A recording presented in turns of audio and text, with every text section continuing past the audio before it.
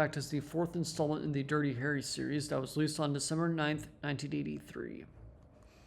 Looks like I'm reviewing another Clint Eastwood movie from the 1980s.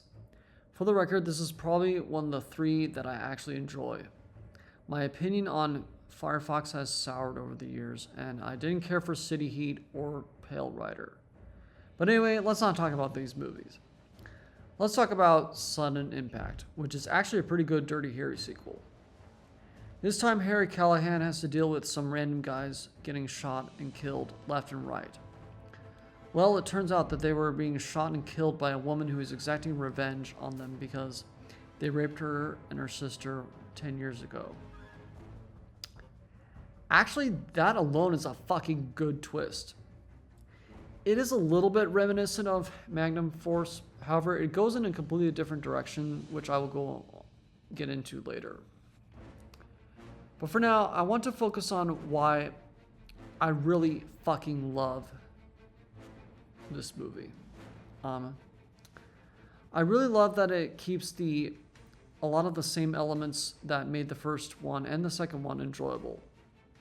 Don't worry, I do plan on reviewing Magnum Force sometime in the future because I'm more familiar with it. And I might do The Enforcer sometime later. But Sudden Impact carries over the higher-up police corruption themes of the previous movies. Sure, it does kind of recycle a lot of things from the previous movies, but I think these things are always fascinating to me, and it's what makes the Dirty Harry series what it is. So I can't complain too much. It also does enough different to make it stand out. Although I will say the corruption and stupidity of the higher-ups that Harry's working under are at their absolute worst in this movie. I mean, yeah, they let off criminals who were clearly guilty of torturing and raping women completely scot-free, all because they didn't issue a warrant for their arrest. But that is nothing new, unfortunately. But one of the men that Harry is working under suggests that he go on vacation, which is the last thing you want to do when you're a cop and you just pissed off a gang leader and you have a bunch of fucking criminals that are gunning for you. Because that leaves you in a vulnerable position. That's like going into the ocean to avoid being bitten by sharks. The movie knows how bullshit this whole thing is. That's why I love the Dirty Harry series. There's some uncomfortable truth to a lot of what the higher-ups do in this series. They seem to be more concerned with publicity than they are about making San Francisco a better place. Maybe the reason the public's relations are so low with the police is because they keep letting torturers and fucking rapists off scot-free. But I really like what they did with the character of Jennifer Spencer. She is the one who's killing the rapists, and she is played by Sandra Locke. I think this was one of the last films she did with Eastwood. Jennifer is a character that I ended up feeling sorry for. She is clearly traumatized by being raped by those bastards. She goes to the fair where it happened, and we see a bunch of flashbacks. Usually Clint Eastwood movies have characters who rape others who are portrayed as villains, and nowhere in these movies is it ever portrayed as a good thing. Except maybe High Plains Drifter, although that's a huge maybe. But this movie takes it a step further by showing the viewers the psychological effects that it can have on a person. People who get raped can't forget what happened to them. That can leave scars that will never heal.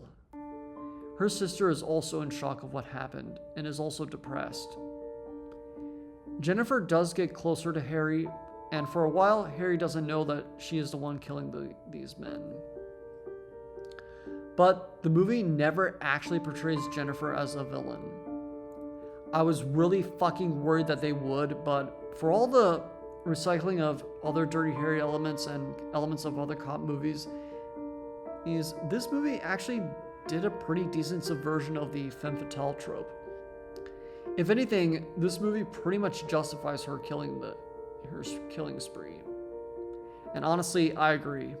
Fuck killing all the Republicans or the Jews or really any other race or political party or gender. We should just kill all the fucking rapists in the world.